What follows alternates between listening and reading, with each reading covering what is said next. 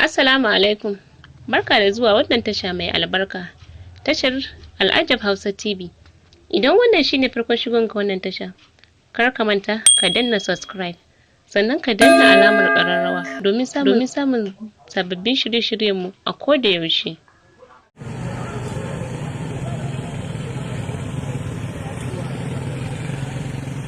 Sunana Khalid Muhammad, kuma ni ne komanda na vigilante na Tongo Local Government. Shekarun baya muna fama da irin masu satan shanu, an gane duk dabarunsu sai suka juya shine in sun zo su ɗauki mutum sai su ɗora masa kuɗi.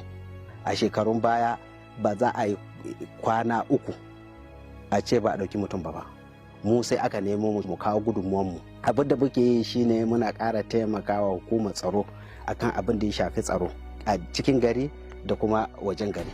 Ganyen muna da duwatsu sosai, akwai dushen shiga da niyya har ya je ya hadu da Kamaru gefen Larocan, akwai dushen na gefen Yabi daga nan har ya fita Taraba. Wayannan duwatsu ne suke zama a gurin, suke satan mutane sai su hauro gurin. Kamar kam ne a wajen masu satan mutane da su garkuwa da su, domin ganye ja da Tongo sukan tura mutanensu daga can jejin su shiga su je su ɗauko mutum daga wa'ancan wuraren su shiga da shi cikin jejin. Akwai wani gungumin barawo wanda suka shiga suke haddaba mutane a jejin nan, muka je muka kamo shi mutum 9 da duk kayayyakin aikinsu muka danka ma hukuma, sannan kuma daga nan aka wuce da su.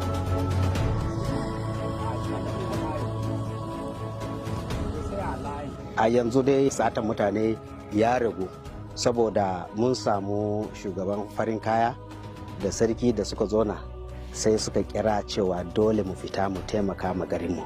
Ba ma tsoron farma mara gaskiya saboda mun san muna da gaskiya, dalilin gaskiya ne muke ba ma tsoron su.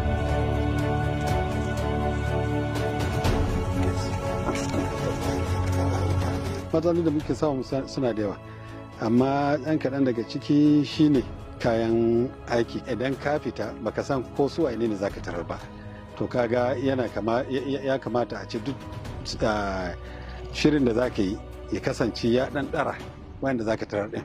Makaman da muke amfani da shi wajen farma mutanen nan sun fi mu da karfin makaman da suke amfani da shi. Mu kuma sai mun sai da kayayyakin gonakin mu da wasu maimene mu har hada kai kafin mu samu mu far musu. Muna da matasa kara a zube waɗanda wasu sun yi makaranta wasu ba su yi makaranta ba, sun shiga aikin nan don su taimaka ma ƙasa, amma kullum sai a jima wannan in muka je ko da an samu matsala ne mun fito ba wanda mai taimako cewa gashi kai kaza nan. To su ne babban matsalan da yake damu yake sa yaranmu su yi sanyin gwiwa wajen aiki.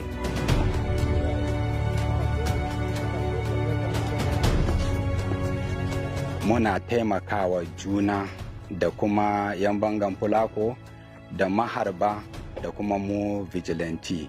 Idan abu ya faru muna hada kawunanmu mu ga mun yi nasara kan abin da ya faru. Abin da muke so 'yan sintiri na sauran bangarori na Najeriya su koya daga wajenmu a zadircewa. Dalilin zatircewa ne ya ba mu nasara, muka samu nasara akan wayannan mutane masu barna a bangaren Tongo.